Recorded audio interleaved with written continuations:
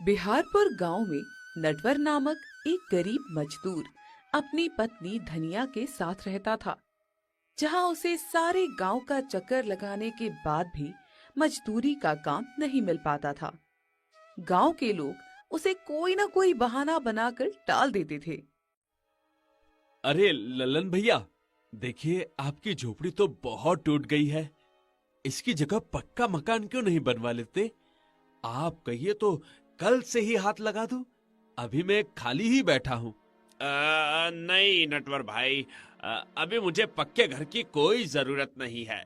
कल ही मैं झाड़ झंझाड़ घास फूस डालकर मड़ई डाल दूंगा। तुम कहीं और देख लो। कोई बात नहीं ललन भैया, मैं तो आपके भले की सोच रहा था। ठीक है, चलता हूँ। जब घर बनवाने का मन बने तो बता देना, मैं तत्काल हाजिर हो जाऊंगा। नटवर निराश होकर फिर से काम की तलाश में निकल पड़ा। तभी उसे सुक्खू दिखा, जो गांव का सबसे प्रसिद्ध दूध वाला था। अरे राम राम सक्कू भैया, कैसे हैं? सुना है जल्दी ही बहुरिया लाने वाले हैं। एक कमरे वाले इतने छोटे से घर में कैसे रहेंगे आप? कहिए तो ऊपर एक तल्ला तान देता हूँ, नीचे बहू बेटे और ऊपर आप। अरे नहीं नहीं नटवर भाई, अरे देख रहे हो महंगाई कितनी बढ़ गई है। और दूध में मेरा मतलब है दूध मलाई कितना भी बेचो फिर भी बचत तो हो ही नहीं पाती। तुम मेरे रहने की चिंता मत करो, बहुरिया के आने पर मैं अपने तबेले में एक कोना पकड़ लूंगा। बस मेरा क्या है। हर तरफ हाथ पैर मारने के बाद भी नटवर को कहीं काम नहीं मिला और वो खाली हाथ घर लौट आया। क्या हुआ जी, आज भी कुछ काम नहीं बन पाया क्या? 2 दिन से हमने अन्न का एक दाना तक नहीं खाया है। अगर ऐसा ही चलता रहा ना, तो हमारी तो जल्द ही जीवन लीला भी समाप्त हो जाएगी। रो मत भाग्यवान, आज नहीं तो कल कोई ना कोई रास्ता जरूर निकल आएगा। वो तो अच्छा हुआ हमारे पास संपत्ति के नाम पर कम से कम एक चौकी तो है, नहीं तो इस जाड़े पाले में जमीन पर सोना पड़ता। खैर पानी लाओ, आज उसी से पेट भरते हैं। नटवर और धनिया भरपेट पानी पीकर सो गए। तभी देर रात अचानक जोरदार भूकंप आया और सारा घर हिलने लगा। अरे जल्दी उठिए जी, देखिए भूकंप आया है, जल्दी घर के बाहर चलिए। दोनों आनन फानन में अपने घर के बाहर भागे। तभी इस भूकंप में उनकी चारपाई भी टूट गई और वो भूकंप समाप्त होने पर ठंडे जमीन पर सोने को मजबूर हो गए। हे राम, ये क्या हो गया? आखिरी सहारा भी टूट गया। अब हम इस ठंड में कैसे सोएंगे? मुझे तो बहुत डर लग रही है। हमारे हिस्से में शायद यही लिखा है धनिया। पहले केवल पेट भरने को रोटी नसीब नहीं थी, अब तो सोने को चारपाई भी नहीं रही। दोनों रात भर ठंडी जमीन पर कांपते रहे। तभी सुबह होते ही नटवर फिर से भूखे पेट काम की तलाश में बाहर निकला। तभी उसे पंडित दीनानाथ दिखे, जो सीधे उसकी झोपड़ी की ओर ही आ रहे थे। अरे रुको रुको नटवर मिस्त्री, ए भैया, अच्छा हुआ तुम मिल गए, मैं तो तुम्हारे घर ही जा रहा था। मेरे घर पर क्यों पंडित जी, कोई काम था क्या? अरे हाँ भाई, दरअसल कल रात के उस भयानक भूकंप के कारण गांव में दुर्गा मंदिर में दरार आ गई है भाई। मैं चाहता हूँ कि तुम उसे ठीक करो। सच कह रहे हैं पंडित जी, ये तो मेरे लिए बहुत ही बड़े सौभाग्य की बात होगी। कई दिनों के बाद मेरे काम की बोनी माता रानी के दरबार को सजा कर होगी। है, मैं आज से ही काम लगा देता हूँ, आप निश्चिंत रहिए। अरे भाई ठीक है, पर मेरी एक शर्त है भाई। कैसी शर्त पंडित जी? मजदूरी में तुम्हें आधी दूंगा, वो भी पूरा काम होने के बाद, क्योंकि गांव वाले मंदिर में बहुत सोच कर चढ़ावा चढ़ाते हैं। फालतू में खर्च वो भले ही कर दे, इसलिए मेरा हाथ भी थोड़ा तंग है भाई। कोई कोई बात नहीं, मैं आपकी हर शर्त मंजूर करूंगा। आप चलिए, मैं बस थोड़ी ही देर में औजार लेकर मंदिर आता हूँ। कई दिनों के बाद काम मिलने से नटवर बहुत खुश था। तभी वो जैसे ही औजार लेकर काम पर जाने लगा, धनिया उसे अपना एक पुश्तैनी झुमका देते हुए बोली, सुनिए जी, आते वक्त ना इस झुमके को बेचकर इससे कुछ राशन ले आना। मजदूरी तो काम खत्म होने पर ही मिलेगी ना, तब तक भूखे थोड़े ना रहेंगे। नहीं धनिया, ये झुमका तुम्हारे माँ की आखिरी निशानी है। इसे मैं किसी भी हाल में नहीं बेचूंगा। जैसे इतना दिन पानी पीकर बिताया है, वैसे ही कुछ दिन और सही। क्या हो गया, है ना? गहने भूख नहीं मिटाते हैं जी, ले लीजिए। हो सकता है पिछले जन्म में हमने कुछ कुकर्म किए होंगे, तभी तो इतना दुख भोगना हमारे भाग्य में लिखा है।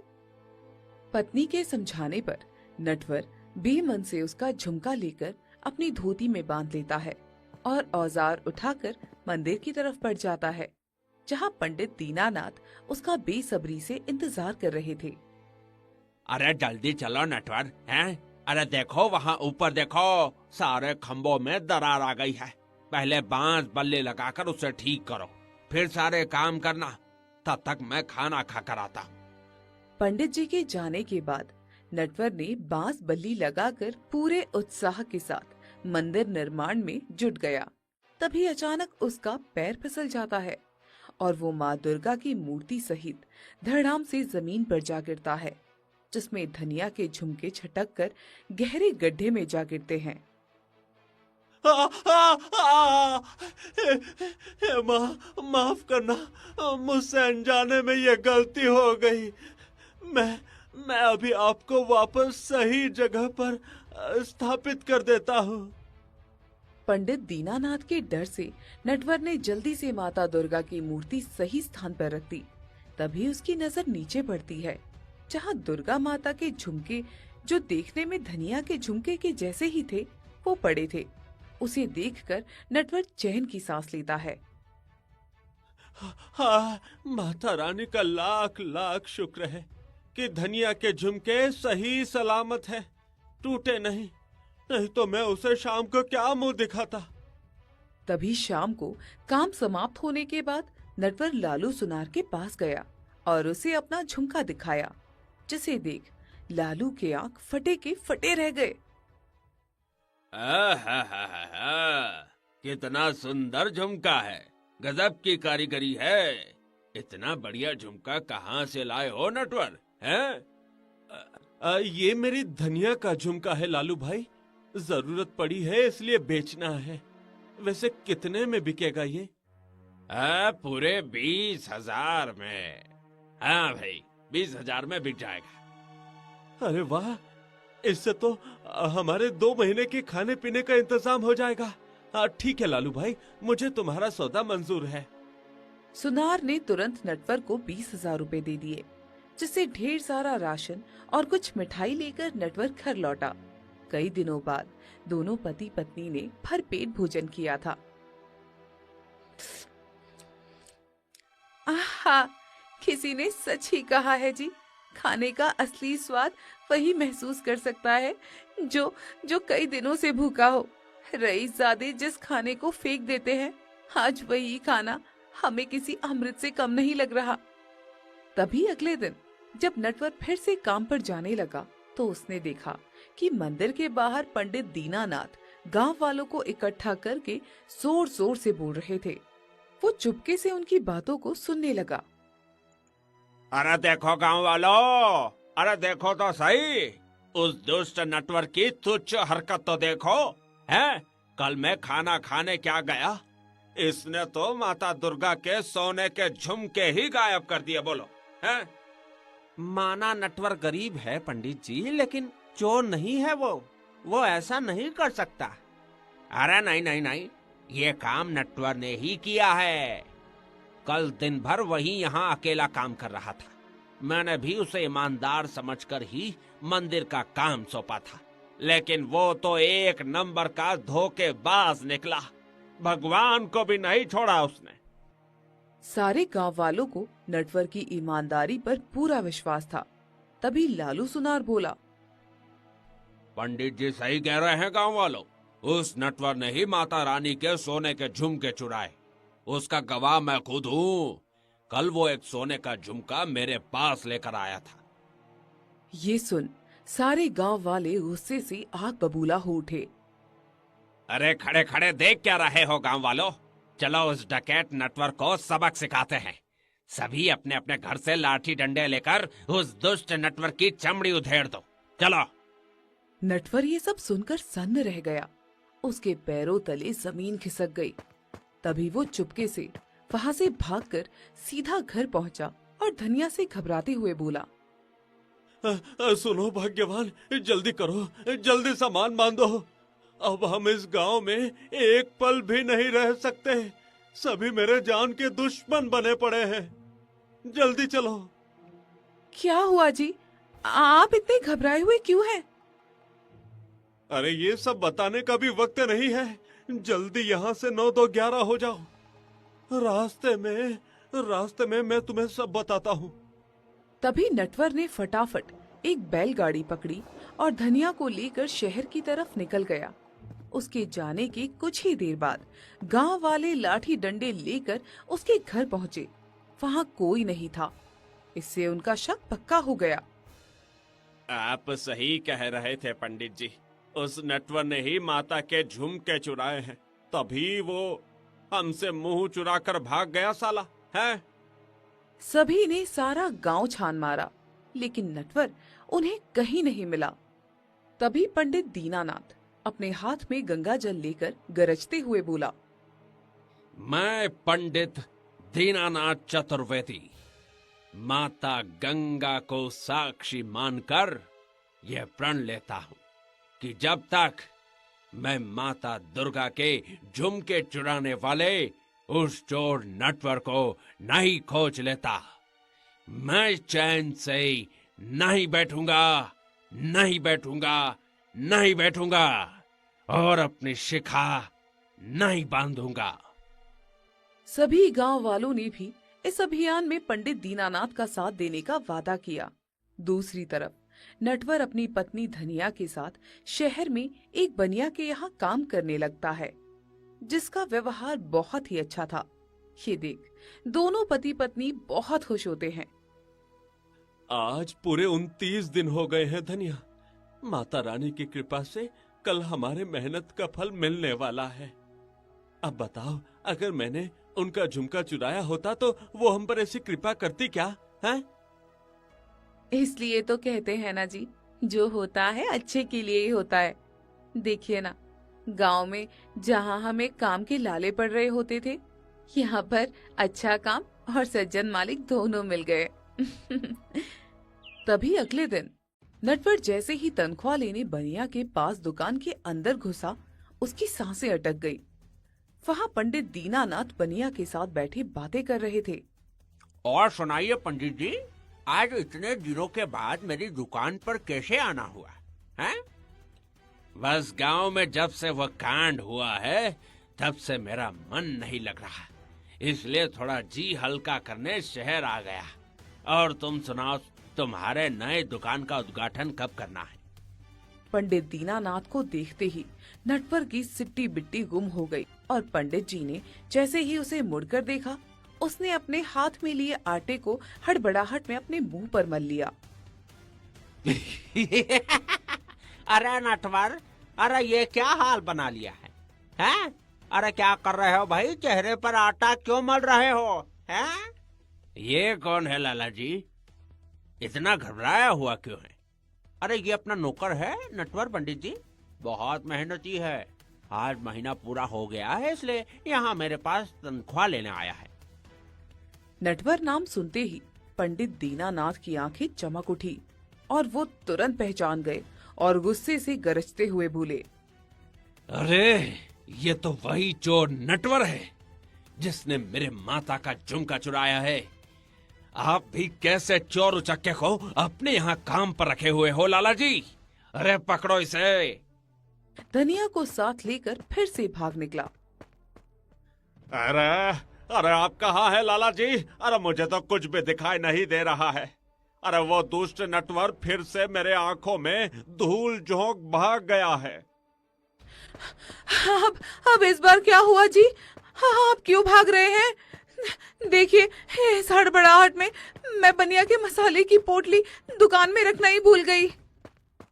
मैं बाद में तुम्हें बता दूंगा भाग्यवान, अभी बस भागती रहो।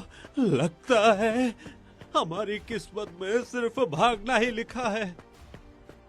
तभी दोनों भागते भागते चुपके से बकरों से लदे हुए एक ट्रक में बैठ गए और बिना मंजिल के सफर शुरू कर दिया। हम कहाँ जा रहे हैं जी? मुझे खुद नहीं पता भाग्यवान, अभी बस चुपचाप छिपी रहो। एक बार इस शहर से बाहर निकल जाए, फिर आगे का कुछ सोचते हैं। तभी कई दिनों की यात्रा के बाद वे राजस्थान के एक सुनसान रेगिस्तान में जा पहुँचे, जहाँ चारों ओर सिर्फ रेत के टीले और सूखे पेड़ दिख रहे थे। उनके पास अब खाने के लिए कुछ भी नहीं बचा था। हे राम, यहाँ तो पानी का एक बूंद नहीं दिख रहा जी। अब क्या होगा जी? अरे देखो धनिया, वो देखो, हमारे साथ तो कुछ बकरे भी ट्रक से उतर कर आ गए हैं और ट्रक वाले को खबर भी नहीं। वो तो अंधाधुंध गाड़ी भगाते हुए यहाँ से चला गया। तभी नटवर की नजर धनिया के हाथों में मसालों की पोटली पर पड़ी और एक विचार उसके दिमाग में कौन था। अरे सुनो धनिया, अभी हमारे पास कुछ बकरे हैं, बनिया के दुकान के मसाले हैं, क्यों ना हम यहीं अपने बिहारपुर गांव की स्पाइसी मटन थाली बेचना शुरू कर दें, हैं? यहाँ इस सुनसान रेगिस्तान में? आप पागल तो नहीं हो गए? यहाँ भला कौन आएगा? अरे ट्रक और गाड़ी वाले आएंगे, क्योंकि पंजाब और हरियाणा जाने का रास्ता इसी सुनसान रेगिस्तान से होकर जाता है। और मैंने सुना है राजस्थान के लोग तो खाने पीने के बहुत शौकीन होते हैं। अगर एक बार उन्होंने हमारी बिहार की स्पाइसी मटन थाली की लत लग गई, तो वो इस सुनसान रेगिस्तान को भी मनसायन कर देंगे। हाँ। तभी नटवर और धनिया ने मिलकर आसपास बिखरी पड़ी सूखी लकड़ियों को जोड़कर एक छोटी सी दुकान बनाई और धनिया ने अपने पुराने घर की रेसिपी से बिहार की स्पाइसी मटन थाली तैयार की। सुनिए जी, देखिए ना, कितनी अच्छी खुशबू आ रही है। लगता है भगवान हमारे साथ है। आज लग रहा है जैसे हमारे दिन जल्द ही बदलने वाले हैं। तभी कुछ ही देर में उन्हें दूर से कुछ यात्रियों का काफिला दिखाई दिया, जो मटन की खुशबू का पीछा करते हुए सीधे नटवर की दुकान पर आ पहुंचे। अरे वाह वाह वाह वाह वाह, क्या खुशबू है भाई। अरे यहाँ क्या मिलता है बहन जी? यहाँ हमारे बिहार की स्पाइसी मटन थाली मिलती है महाराज। आप एक बार जरूर खाइए। जैसी इसकी खुशबू है, उससे भी बढ़कर इसका स्वाद है। यात्रियों ने जैसे ही नटवर की स्पाइसी मटन थाली चखी, उनके आनंद की कोई सीमा ही ना रही। आहाहाहा, अरे ऐसा स्वादिष्ट मटन तो मैंने आज तक नहीं खाया। ये तो जन्नत का स्वाद है भाई। क्या बात है। धीरे धीरे नटवर की दुकान मशहूर हो गई और दूर दूर से लोग बिहार की स्पाइसी मटन थाली खाने लगे, जिससे कुछ ही महीनों में नटवर की दुकान एक बड़े रेस्टोरेंट में बदल गई और वो एक सफल व्यापारी बन गया। मुझे तो अपनी आंखों पर भरोसा ही नहीं हो रहा है जी। कहाँ कल तक हम अन्न के एक दाने के लिए भी तरसते थे और कहाँ आज हमारे पास बीसियों अनाज का भंडार है। और एक आलीशान घर भी है भाग्यवान, जो आज ही बनकर तैयार हुई है। कल ही हम उसका गृह प्रवेश का कार्यक्रम रखते हैं। मैंने सबसे बात कर ली है, तुम भी कल के लिए तैयार हो जाओ। अगले दिन नटवर ने अपने आलीशान घर में गृह प्रवेश का एक विशाल कार्यक्रम आयोजित किया, जिसमें समाज के कई प्रतिष्ठित लोग आए। बस नहीं आए थे तो कार्यक्रम के सूत्रधार पंडित सुखराम जी। क्या हुआ जी, आप इतने चिंतित क्यों लग रहे हैं? अरे देखो ना भाग्यवान, मुहूर्त निकला जा रहा है, लेकिन पंडित सुखराम का कोई अता पता नहीं है। तो इसमें इतनी चिंता वाली कौन सी बात है? आप उनको फोन कर लीजिए ना। ठीक है, करता हूँ। हाँ पंडित जी, 10 बज गए हैं, अभी तक आप आए नहीं। सभी आपका इंतजार कर रहे हैं। माफी चाहता हूँ नटवर बेटा, अचानक मेरी तबीयत खराब हो गई है, इसलिए मैं नहीं आ सकता।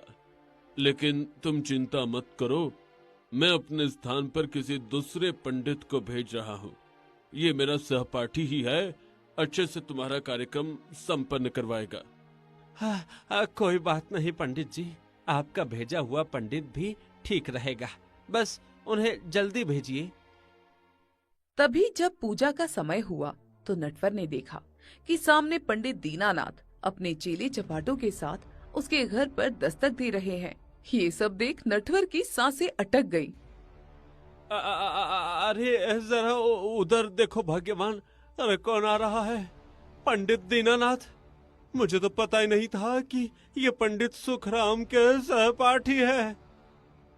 तभी पंडित दीनानाथ की नजर जैसे ही नटवर पर पड़ी, उनका चेहरा क्रोध से तमतमा उठा और वो बिजली की तेजी से नटवर की ओर बढ़े और उसका गर्दन पकड़ लिया। चोर उचक्के लंपट, आखिरकार तुम मिल ही गया। मेरी माता दुर्गा के झुमके चुराने वाले पापी, आज तेरा काम तमाम मैं करूंगा। पंडित जी, मैंने कोई चोरी नहीं की, वो सब एक दुर्घटना थी। मैं तो बेगुनाह हूँ। हम पर दया करो पंडित जी, मेरे पति ने कभी चोरी नहीं की। मैं माता रानी की कसम खाकर कहती हूँ, यूं चार समाज के बीच हमारी इज्जत मत उतारिए। लेकिन पंडित दीनानाथ ने उनकी एक ना सुनी और उन्होंने अपने साथ आए चेलों को इशारा किया और सबने मिलकर नटवर को पकड़ लिया और रस्सियों से बांध दिया। ले चलो इस पापी को मेरी माता रानी के मंदिर में, जहाँ इसने अपने पाप का बीज बोया है, सजा भी उसे वही मिलेगी। आज 2 वर्ष के बाद आखिरकार वो समय आ ही गया जब मैं अपनी शिखा बांधूंगा। तभी पंडित दीनानाथ के सभी चेले नटवर को बलपूर्वक खींचते हुए गांव की ओर चल पड़े। धनिया भी रोती बिलखती उनके पीछे ही होली। तभी गांव पहुंचते ही पंडित जी ने घंटा बजाया और सभी गांव वालों को इकट्ठा किया। देखो गांव वालों, मैंने इस चोर को पकड़ लिया है जिसने मेरी माता दुर्गा के झुमके चुराए थे।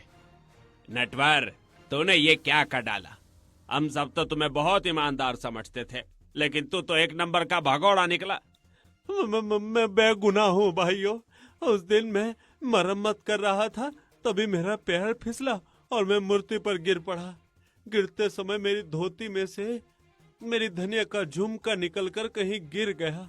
मैंने समझा वो माता का झुमका मेरी धनिया का ही है। लेकिन गांव वालों में से किसी ने भी नटवर की बात पर विश्वास नहीं किया। सब उसे घूरने लगे। अरे झूठ बोल रहा है, सीधा साधा दिखने वाला ये आदमी असल में बहुत धूर्त है। इसे सजा दो और माता के झुमके वापस लेने तक इसे कैद रखो। तभी धनी हो चुके नटवर के लिए सोने का झुमका देना एक मामूली सी बात है। ये सोच पंडित दीनानाथ ने नटवर के सामने एक शर्त रखी। सुन नटवर, अगर तू सच्चा है तो अपनी सारी संपत्ति माता दुर्गा के मंदिर में दान कर दे। उनके लिए नया मंदिर बनवा, तब मैं तुझे माफ करूंगा और समझूंगा कि तेरी बात में कोई सच्चाई है। नहीं तो मेरे एक आदेश पर सारे गांव वाले तुझे पीट पीट कर भरता बना देंगे। मैं तैयार हूँ पंडित जी, मैं सब कुछ दान कर दूंगा, बस मेरी बेगुनाही साबित हो जाए। नटवर की बात सुनकर धनिया की आंखों में आंसू आ गए। वो जानती थी कि नटवर ने कितनी मेहनत से ये सब कमाया था। नहीं जी, ऐसा मत कीजिए। हमारी मेहनत की कमाई को इस तरह केवल गांव वालों के अहम को शांत करने के लिए जाया मत करिए। चुप रहो धनिया, अगर हमारे पास सच्चाई है तो हमें डरने की जरूरत नहीं।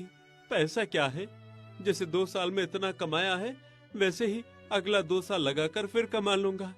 लेकिन मेरे गांव वाले मुझे लालची समझते रहे, ये कलंक मैं बर्दाश्त नहीं कर सकता। तभी नटवर ने अपनी सारी संपत्ति मंदिर में दान कर दी और मंदिर का निर्माण कार्य शुरू हुआ। तभी जब नींव खोदी जा रही थी, एक मजदूर की नजर एक चमकती हुई वस्तु पर पड़ी। अरे भैया देखो, अरे ये क्या? अरे मुझे तो सोने का झुमका लगता है। धनिया ने झुमका देखते ही पहचान लिया कि ये उसका असली झुमका था, जो उस दुर्भाग्यपूर्ण दिन गड्ढे में गिर गया था। पंडित दीनानाथ ने भी झुमका उठाया और गहराई से देखा। अरे ये तो बिल्कुल माता दुर्गा के झुमके जैसा दिखता है। इसका मतलब नटवर सच कह रहा है। हमने बेवजह उस नेक बंदे को सालों तक चोर समझा, उसे दिन रात जलील किया। तभी पंडित दीनानाथ को अपनी गलती का एहसास हुआ और उन्होंने फौरन नटवर की रस्सियां खोल दी और उसके पैरों पर गिर पड़े। अब मुझे माफ कर दो नटवर, मैंने तुम्हारे साथ बहुत अन्याय किया। हाँ नटवर, हम सब ने तुम्हारे साथ गलत किया, तुम हमें भी माफ कर दो। भाई, हमारे कारण ही तुम्हें सालों तक कुत्तों की तरह दर दर भटकना पड़ा। ये सब देख नटवर ने सबको गले लगा लिया और उसकी आंखों में आंसू आ गए। तभी पंडित दीनानाथ ने नटवर की सारी संपत्ति उसे वापस कर दी और उससे वादा किया कि अब वो हमेशा उसका साथ देंगे। नटवर ने भी गांव में ही बिहार की स्पाइसी मटन थाली की दुकान खोली, जो पूरे इलाके में मशहूर हो गई और दोनों पति पत्नी अपने प्यारे गांव में सर उठाकर सम्मान पूर्वक हंसी खुशी रहने लगे। आप SKY की अनोखी दोस्तों, आ कहानी गए सुन आ रहे ही हो। गए हो तो चैनल को सब्सक्राइब कर देना और वीडियो अच्छी लगे तो लाइक और शेयर भी कर देना और बेल आइकन जरूर दबा देना।